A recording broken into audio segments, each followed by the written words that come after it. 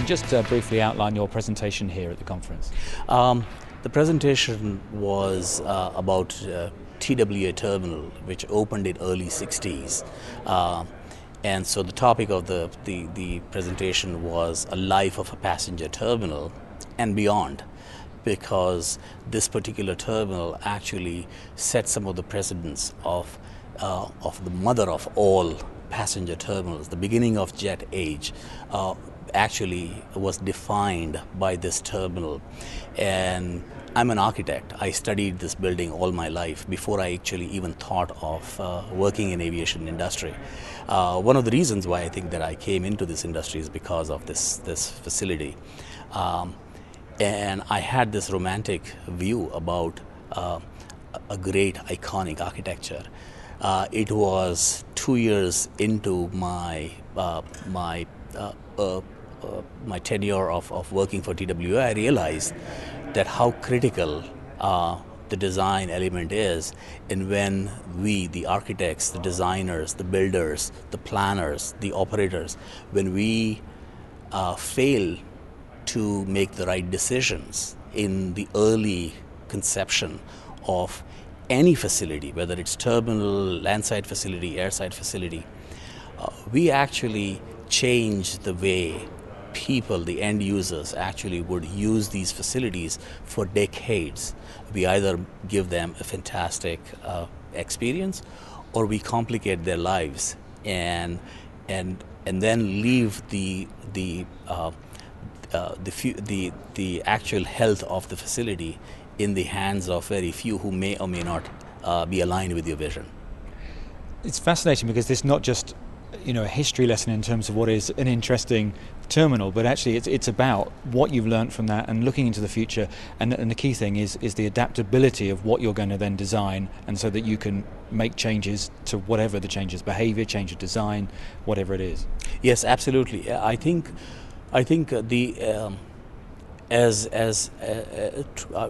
being in the field for about 25 years now, today I can say that the mantra is flexibility and adaptability. Because this aviation industry is a very dynamic, constantly changing industry. The equipment that we serve, that is the fleet mix, is constantly changing. The way the electronics are basically kind of becoming part of our day-to-day life is actually changing the way we process passengers. So everything about the building inside out have changed and will continuously keep changing. So how do we really kind of have that crystal ball and see in future and figure out what can we do that basically will actually adapt easily to the future of the traveling passengers? I don't think that anybody has an answer on what the airport of the future is, but we all have the feeling about what it could be. And via this presentation, all I was trying to basically stir everybody's emotion that how critical our job is. What we do affects millions of people, and we all need to be very much aware and conscious of the decisions that we make today. We cannot make it lightly, because what we decide today will complicate millions of passengers and employees who basically will be using these facilities for decades after that.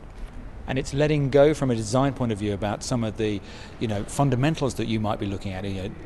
Some great pride in a design, something clever, and actually letting some of that go, because we've seen one historic event, change how security is within an airport, and no one could have predicted that. So, as you say, you don't know what is going to happen.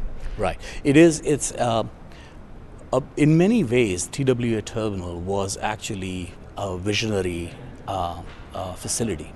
There were a lot of things that basically were introduced in this terminal were actually for the first time.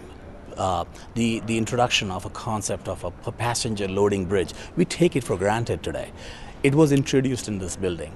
It was basically established that a movable building should basically become a liaison between the fixed structure and the aircraft that basically can go back and forth and actually connect passengers from the terminal to the plane. Fascinating idea, we take it for granted today, but this was done 5-6 decades back.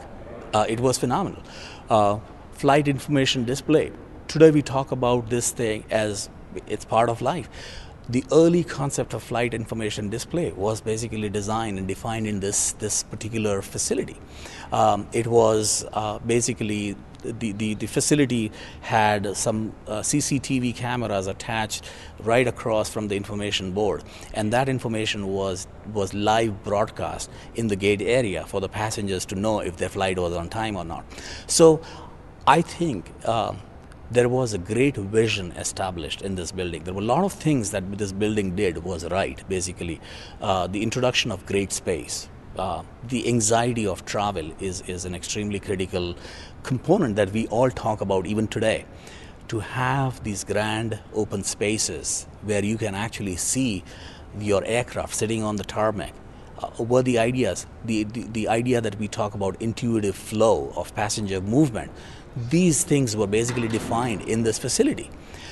Where it failed was that the industry was so rapidly changing very quickly soon after the facility opened.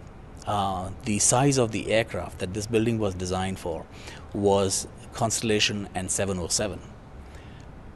Few years after the building was opened, 747 came into the mix, and the tail of 747 was higher than the size of the building, the ceiling of the building. The architect could not have ever envisioned that this is going to change so quickly, so dramatically. However, the very grand, iconic concept of this building actually became its detriment in order to try and adapt to the changing needs of the industry. This building was not adaptable, and I always say that if Saranan was alive after the building was opened, he would have figured out a ways to fix this problem. But unfortunately, he was not around, and then it was left to people who basically thought that they knew what they were doing, not necessarily in the same spirit as what the great visionary would have thought of. And so it got abused, systematically abused over years, because ultimately it's all about operation. It's being able to move passengers efficiently through this facility. Passenger terminals are a portal. You come in from one end and you get out of the other end. So it's just a mere portal. It sometimes becomes a destination. And when it becomes a destination, and when you forget that it's a portal, and it's all about moving the passengers from one end to the other efficiently, people start making changes. And so I'm not trying to overly simplify the concept, but this is what I was trying to do through this presentation, because I know that people know about this building. They have learned and heard about this building all their lives. And what are the good things that we can learn from that? And what are the things that basically the lessons that we actually all should be aware of that not to do?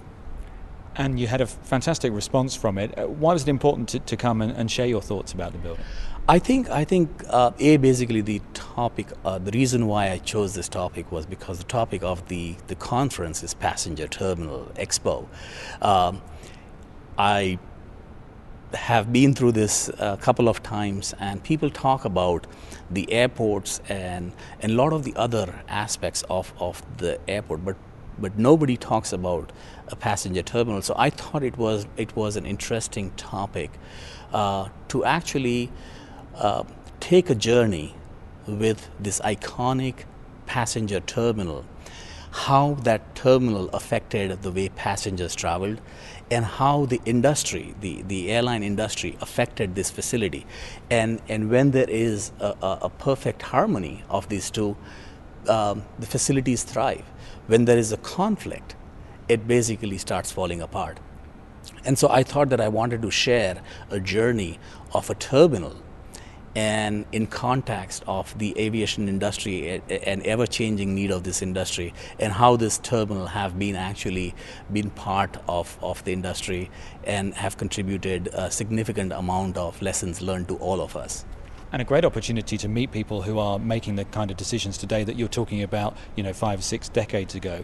So that was really useful from your point of view to actually meet these people. Yes, it was definitely the reason why I wanted to talk about this presentation and this particular building was because I thought it was important, because people who attend these conferences, people who actually are responsible for making these decisions,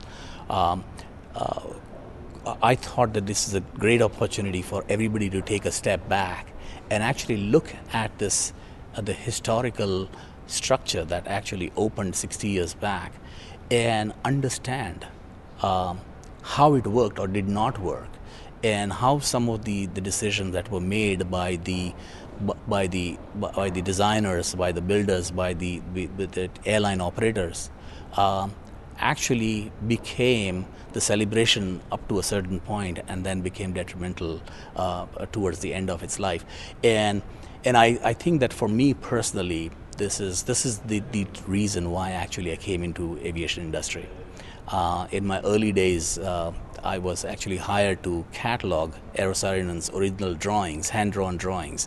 And so I was locked in a drawing room with 5,000 plus drawings, and I was cataloging. This is when I actually fell in love with this aviation industry.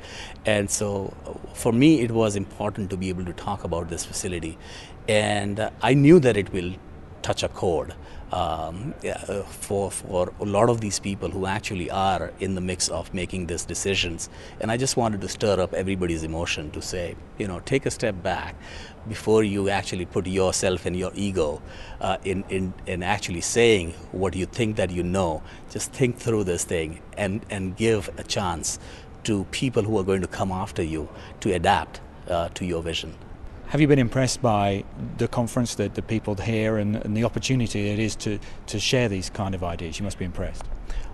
Yes, I'm extremely impressed by the Passenger Terminal Expo, because this is one of the premier conferences that are attended widely by our peers. This is a great opportunity to learn from each other, to be able to share ideas. And sometimes we all feel that if you've seen one airport, you've seen one airport. However, when coming to these conferences, particularly this conference, you start understanding the global need and the commonality of some of the issues that we all deal with, whether we are dealing with in New York, or dealing with in LAX, or dealing with it in Mumbai. These problems there are so many common grounds that we basically all have to deal with on a day-to-day operations, day-to-day construction, day-to-day design process. This conference helps people to come together, share ideas, and actually be able to connect and communicate. And that is why I think that this is a great opportunity to be able to do that.